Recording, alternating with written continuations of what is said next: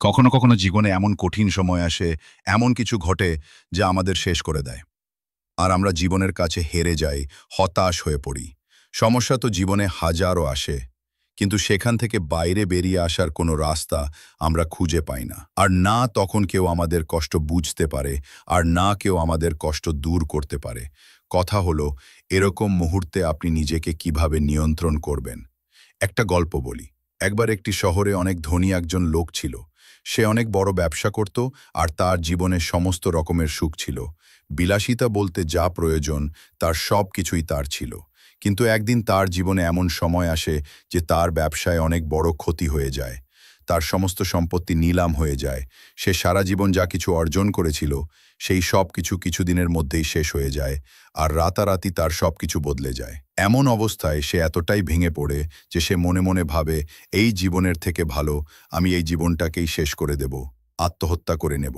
আর এটা ভেবেই সে শহর থেকে দূরে একটা পাহাড়ের উপরে যায়, যেখান থেকে লাফ দিয়ে সে আত্মহত্যা করবে। আর যখন তিনি ওখান থেকে লাফ দিতে যাবে, তখন ওখানে একটা লোক বসা ছিল।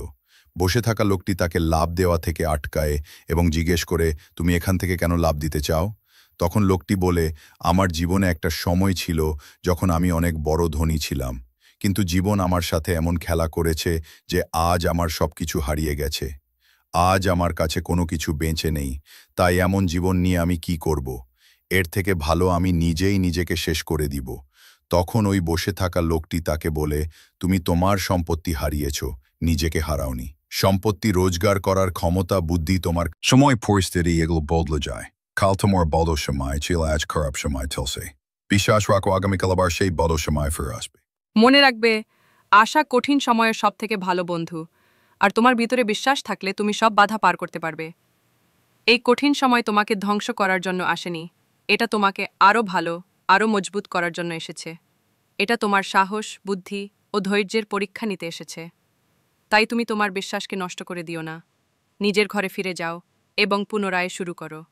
যা কিছু তোমার কাছে ছিল সেটা আবার অর্জন করো। এ লোকটা কথা শুনে ওই ব্যক্তিটির মাঝে নতুন করে আশার আলো জ্বলে ওঠে। সে ভাবে, সত্যিই তো, অর্থই তো শেষ হয়েছে, আমি তো শেষ হয়ে যাইনি। আমার পরিচয় কি কেবল আমার সম্পদ? সম্পদ আমার কারণে ছিল, আমি সম্পদের কারণে নয়। আর আমি চাইলেই আবার সম্পদ রোজগার করতে পারি। এরপর ওই লোকটি শহরে ফিরে আসে আর নতুন করে কাজ শুরু করে। আর কিছু দিনের মধ্যেই সে আবার ধনী লোক হয়ে যায়।